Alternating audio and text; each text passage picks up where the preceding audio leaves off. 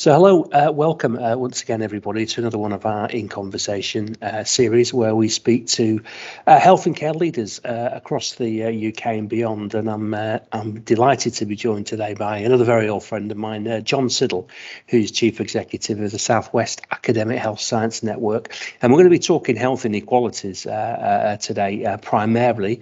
But before we get there, Jon, I always ask this question because people are interested. Just tell us a little bit about yourself, your background, and how you've ended up running the HSN down there. Yeah, sure. Thanks, Richard, and good to see you again as always. Well, I guess the reason I've ended up down here in the Southwest running an AHSN is partly because throughout particularly the last 15 years of my career, the thing I've been really interested in is how do you take things that we're pretty confident are going to have an impact at scale and take them to scale.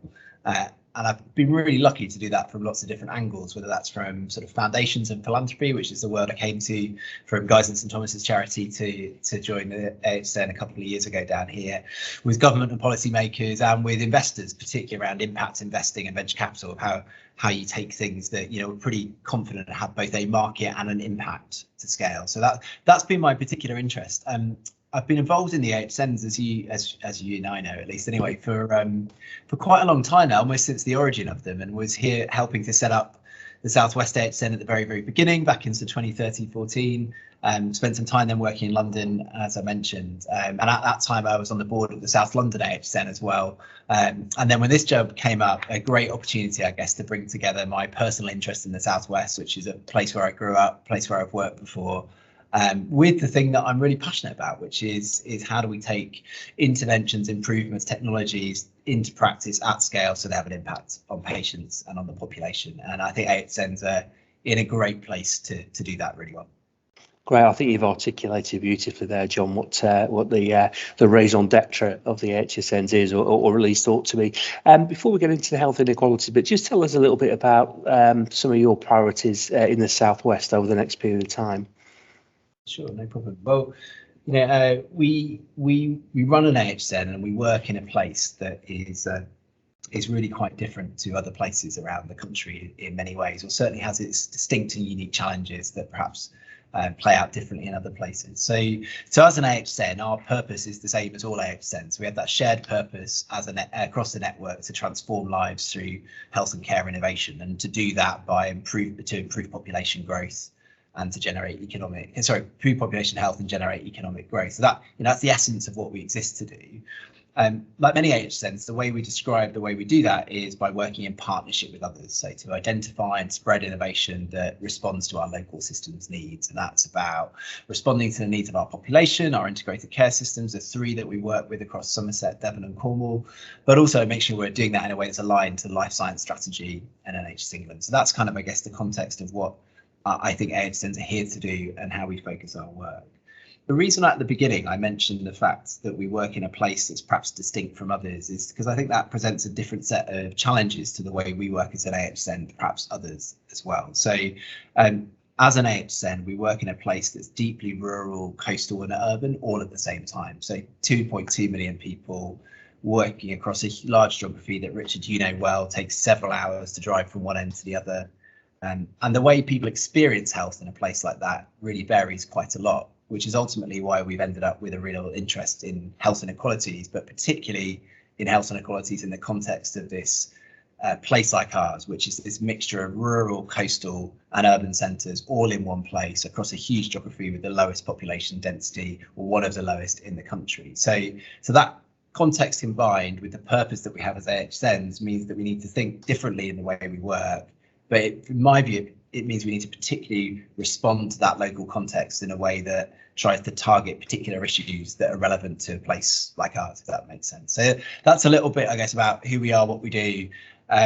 Maybe the one other thing I'll add is the way we describe how we do that, because I think sometimes the world of AHSNs can seem a little bit of a mystery of how do we actually make some of the impact that we have as a network, £1 billion worth of inward investment leveraged over the last 3 years, hundreds of thousands of patients reached.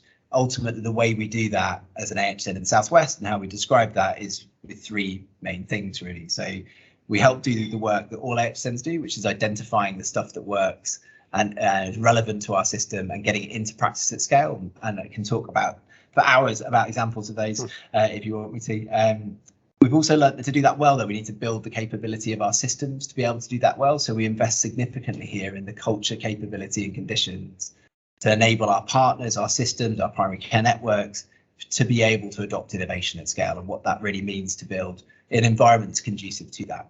And then the third bit that we do a lot of work around is recognizing to do any of those first two things well, you also need to be able to evaluate and learn from the stuff that you're doing. So we have an evaluation learning team that help evaluate the work that we do, but increasingly help our partners evaluate transformation and change, and industry partners evaluate the evidence or the efficacy, I guess, of the interventions they're putting in place, but particularly how they put that in place as well. So what makes it successful? So that's I guess a bit of a context to the place where we work, the purpose, the role that we have, if that makes sense. Yeah, it does, John. Thanks for sharing that with us. So let's get on to the main thing I wanted to speak about you today. And we're recording this mid-March, actually. It's almost St. Patrick's Day, which is a very special day in my life. I came down to visit you in the summer. Those wonderful offices we can see behind you there. And if anyone is in the southwest that wants to drop in or needs some incredible meeting space, and I can give that a massive thumbs up. But we talked quite a lot about health inequalities and this vision and passion of yours, reflecting your previous work, but also your desire to make the southwest the go-to HSN for health inequalities.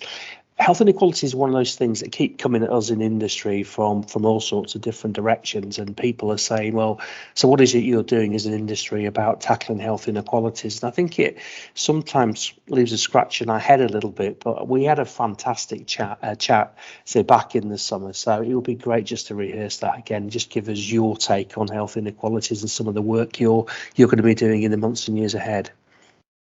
Very, very happy to. Well, I guess the first thing I'd say is all of it is grounded in the context of the place where we work. So the reason, in part, that we're focusing on health inequalities is because I have a particular passion about it. So, of course, I'm influencing the strategy as the chief executive, but really, it's about the nature of the place where we work. So we have some of the healthiest places to live in the country and some of the least healthy, all that sit within this context of a huge geography of 2.2 million people. With over 600 miles of coastline, just to give you a sense of like what our place is like. So that connection to inequalities is really deeply grounded in the fact it's a thing that matters deeply to our region, and we don't think we're really going to make the changes we need to in overall population health if we don't really make an impact on those that are perhaps most inequitably affected by health at the moment. So that's really the origin of why we're focusing on it.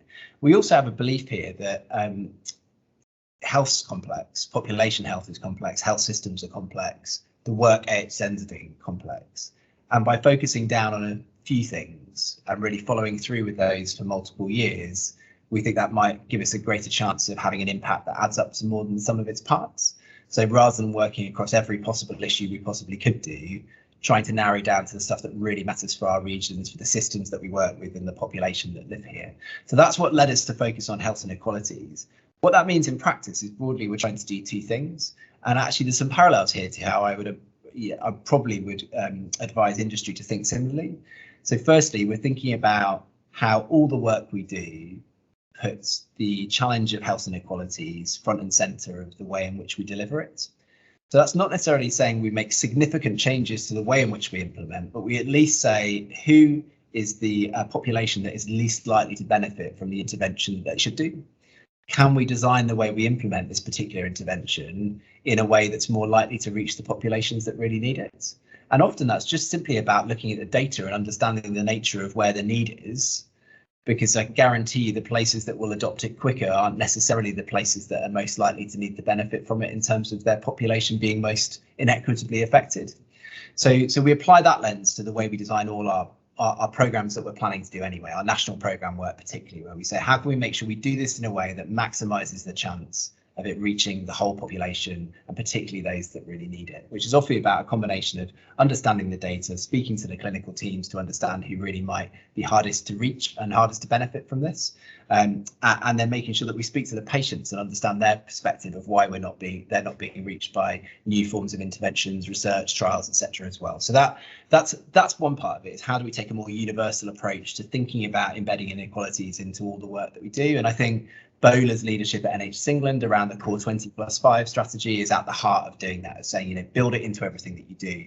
But actually, similarly to the way Bola's described this nationally, in the you also need to take a focus to that approach as well, because I think we won't shift the dial on health inequalities if we just try and make incremental improvements across everything. We need to focus down on the issues that really matter in terms of health inequalities for a particular region, and then try and do something about that as well. And the way that's described in the core 20+5 strategy is very much on clinical conditions, and we've mirrored that approach really with the way we're thinking about it here. So we've started work on 2 specific targeted issues on perinatal care, so looking at that journey from pregnancy through to the first year of life, looking at how we might build on the knowledge we've established over many years now working in that area, to then think about how we might reach the populations that are most inequitably affected by perinatal outcomes at the moment. So that's one area, and I can talk to some specific examples.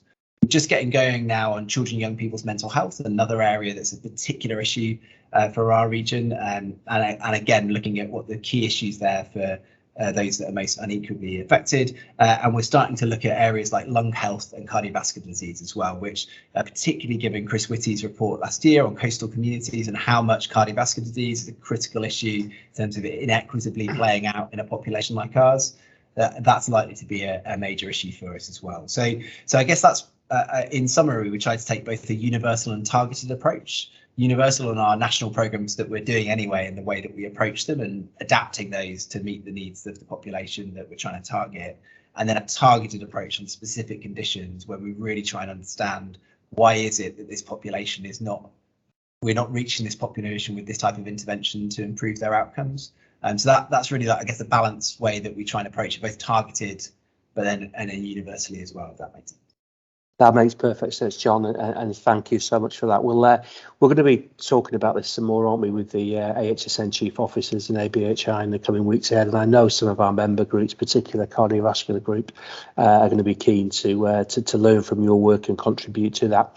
So, John, just as me to thank you for your time today. We look forward to working together, and all power to you in your kind of your great passion to deal with health inequalities. We learned yet again, didn't we, from the pandemic, that those kind of most disadvantaged parts of our communities are those people that have the worst outcomes in anything you want to measure. And I think that was a timely reminder. So thanks once again, John, and I look forward to speaking to you again soon. Thanks, Richard.